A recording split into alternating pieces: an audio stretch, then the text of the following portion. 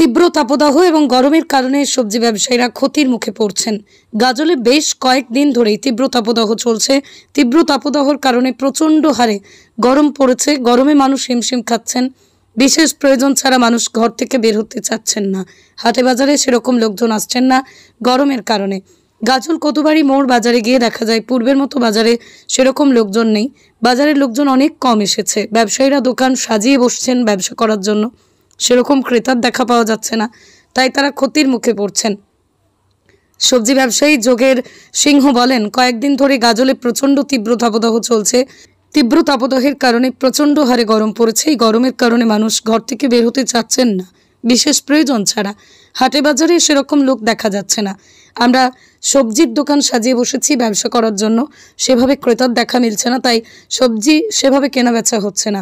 আমরা সবজি বিক্রি করতে পারছি না, তাই সবজি থেকে যাচ্ছে, অনেক সবজি নষ্ট হয়ে যাচ্ছে। প্রচণ্ড তাপদাহের কারণে, প্রচণ্ড গরমের জন্য সবজি ব্যবসায়ী ব্যাপকভাবে ক্ষতিগ্রস্ত হচ্ছেন। কিছু করার নেই, প্রাকৃতিক কারণে তীব্র তাপদাহ চলছে। বাজারে কিরকম লোকজন হচ্ছে?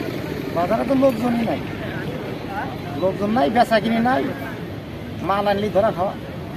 ব্যবসায় লাভ হচ্ছে না? ব্যবসা তো পুরা ক্ষতি, সবারই ক্ষতি। বেচা কিনে না হলে তোমার লাভ পাবে ওখান থেকে। লোক আসছে না কেন? গরমে। এই গরমে আপনাদের বেচা কিনে করতে অসুবিধা হচ্ছে না? অসুবিধা হয়, অসুবিধা হলে আমাদের তো করতেই হবে, আমাদের তো উপায় নাই। তাহলে সেরকম ক্রেতার দেখা মিলছে না? না।